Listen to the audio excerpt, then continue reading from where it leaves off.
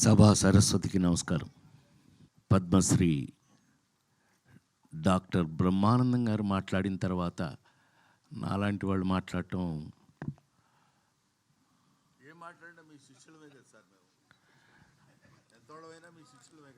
కానీ ముసిలిముండా కొడుకు కదా నువ్వు. నేను ఏది ఏమైనా మా అనుబంధం మా ఇది మీ అందరికీ తెలిసిందే. అహనా పెళ్ళంటి సినిమా జంజాల్ గారు బా ఆ రోజులు ఇది వేరు. భగవంతుడి దయ వల్ల ఇంకా ఇప్పటికీ మేము ఇదే స్టిఫ్నెస్తో పనిచేయటం, మాతో పనిచేసిన వాళ్ళందరూ ఈ రేంజ్లో పెరిగిపోవడం, నాతో లగ్గం చేపించిన రమేష్ చెప్పాలి కానీ సరే బాబు నువ్వు చెప్పాలి నేను చెప్పనా నాన్నకి ప్రేమతో.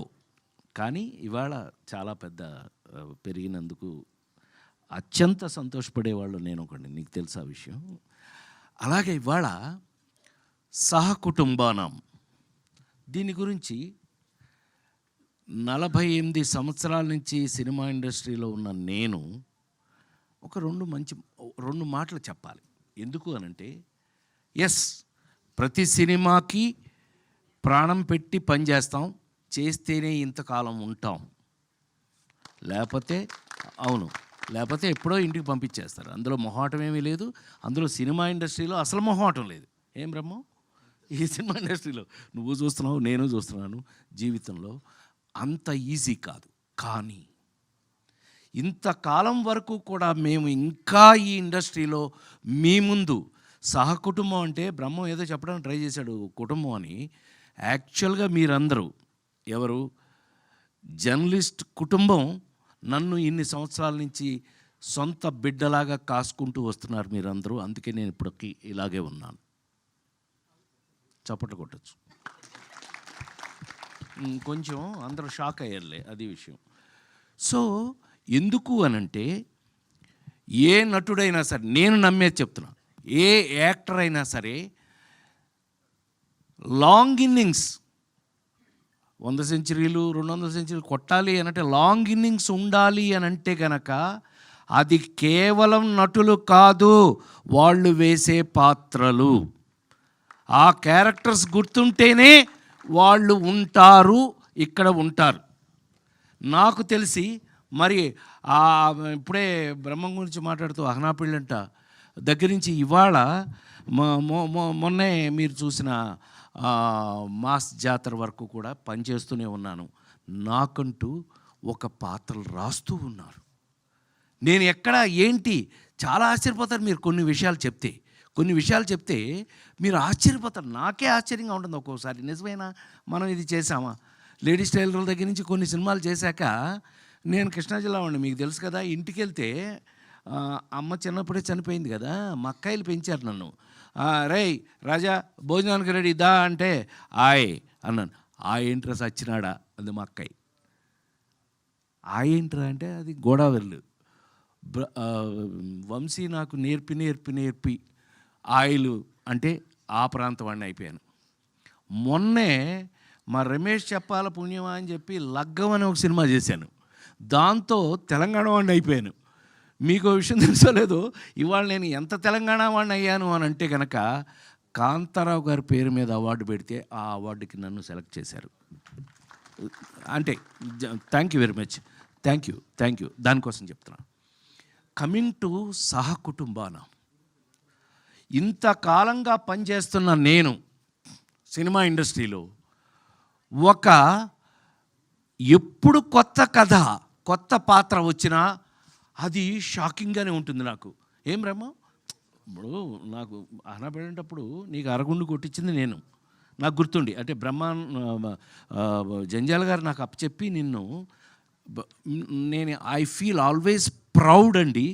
తెలుగులో నాతో పనిచేసిన కమెడియన్స్ అందరూ కూడా they are all well educated అండి. ఈజ్ ఎ లెక్చరర్, మామూలుగా కాదండి. అహనా పెళ్ళంటే యాక్ట్ చేయడానికి వచ్చినప్పుడు ఈజ్ ఎ లెక్చరర్ అండి, మామూలుగా కాదండి. కాలేజీలో ఈజ్ ఎ లెవెల్. అదే చెప్తూ ఉంటే ఈ పాత్ర అది కాదులే అని చెప్పి బట్టలు దించి కాకి లాగు వేయించాం, అది వేరే విషయం. కానీ ఆ పాత్ర అప్పటికి ఇప్పటికీ ఎప్పటికీ గుర్తుంటుంది. సో పాత్రలు, కథలు అలా తీసుకుంటే గనక సహకుటుంబానాం కథ 48 సంవత్సరాల్లో నేను ఇంతవరకు ఎప్పుడు వినలేదు, చేయలేదు. అంత మాత్రం నువ్వు వెంటనే కాలర్ ఎగరే అదేం అక్కర్లా. ఒక అద్భుతమైన కథ సింగిల్ లైన్లో చెప్పేస్తా. బోరు కొడుతున్నాను బ్రహ్మ, ఇంకొక 2 నిమిషాలు అంతే. సహకుటుంబానాం కథ. ఈ కథలో హీరో అనాథ. అనాథ ఏంటి, సహకుటుంబం ఏంటండి, ఏంటి అనుకుంటున్నారు కదా, అదే కథ. నేను ఫస్ట్ వినగానే నేను షేక్ హ్యాండ్ ఇచ్చి నేను చేయడం సంగతి దేవుడే ఎరుగురా బాబు, మంచి కథ, ఇంతకాలానికి ఒక మంచి కథ విన్నాను అని మనస్ఫూర్తిగా చెప్పాను ఇంట్లో. మనస్ఫూర్తిగా ఏం శర్మ, అవునా ఇంట్లో గుర్తుందిగా నీకు, వాడు మా శిష్యుడు. వీళ్ళిద్దరూ ఆ కథ చెప్పినప్పుడు ఒక అనాథకి సహకుటుంబం అయిపోయింది. మీరు చూడండి, నేను గుండెమే చేసి చెప్తున్నాను నేను ఇవాళ మీరు మీ ముందు. ఈ సినిమాని కొంచెం ఈ మధ్య భయం ఎక్కువ వేస్తుంది. ఏంటంటే బ్రహ్మం, అంటే పెద్ద పెద్ద డైరెక్టర్లు ఉన్నారు కాబట్టి చెప్పచ్చు, సినిమా ఇంటికి వచ్చేసింది, థియేటర్ నుంచి ఇంటికి వచ్చేసింది సినిమా. సో ఎవరికాళ్ళే ఇంకో 4 రోజుల్లో ఇంట్లో వేస్తారుగా అనే స్థితిలో సినిమా వచ్చేసిన పరిస్థితుల్లో ప్రపంచంలోనే మనకొక్కచాటు కాదండి, మనకొక్కటి ఏదైంది, నేను ఓటీటీలో సినిమా ఫస్ట్ సేనాపతి చేసింది నేనే. చిరంజీవి కూతురే ప్రొడ్యూసరు, సుష్మిత ప్రొడ్యూసరు, తీసింది 50 నాన్ స్టాప్ డేస్ చూశారు. అది చెప్తున్నా. ఓకే, అడాప్టింగ్, మార్పులకి తగినట్టుగా ఉండబట్టే మేము ఇంతకాలం ఉన్నాం. మార్పులకి తగినట్టుగా అడ్జస్ట్ అవుతున్నాం కాబట్టే ఇండస్ట్రీలో ఇంకా కూడా భోజనం దొరుకుతుంది. అంటే ప్రామిస్గా ప్లీజ్ నన్ను నమ్మండి మీరు. నేను అలాగే నమ్మి ఇవాళకి కూడా షూటింగ్ దగ్గర నేను ఎలా పనిచేస్తానో అందరికీ తెలుసు. No complaints. అలాంటి పరిస్థితి లేదు అసలు. అలా ఉండకపోతే అసలు ప్రొఫెషన్లో ఉండను నేను. నాకు విశ్వవిఖ్యాత నట సార్వభౌమ నందమూరి తారక రామారావు గారి ఇంట్లో పుట్టి, ఆయనతో పెరిగి, ఆయన కనుసన్నల్లో తయారైన నేను మీ అందరికీ ఎప్పుడూ చెప్తుంటాను, నేను ప్రతి మనిషికి తల్లి, తండ్రి, గురువు, దైవం ఉంటారు. నన్ను కన్న తల్లి తండ్రిని వదిలేస్తే నా గురువు, దైవం 2 నందమూరి తారక రామారావు గారు. నన్ను తయారు చేశారు ఆయన, అలా తయారు చేశారు. ఇండస్ట్రీలో అలా ఉన్నాను, ఇప్పటికీ అలాగే ఉపయోగపడుతున్నానేమో అనే డౌట్ అప్పుడప్పుడు వస్తూ ఉంటుంది నాకు.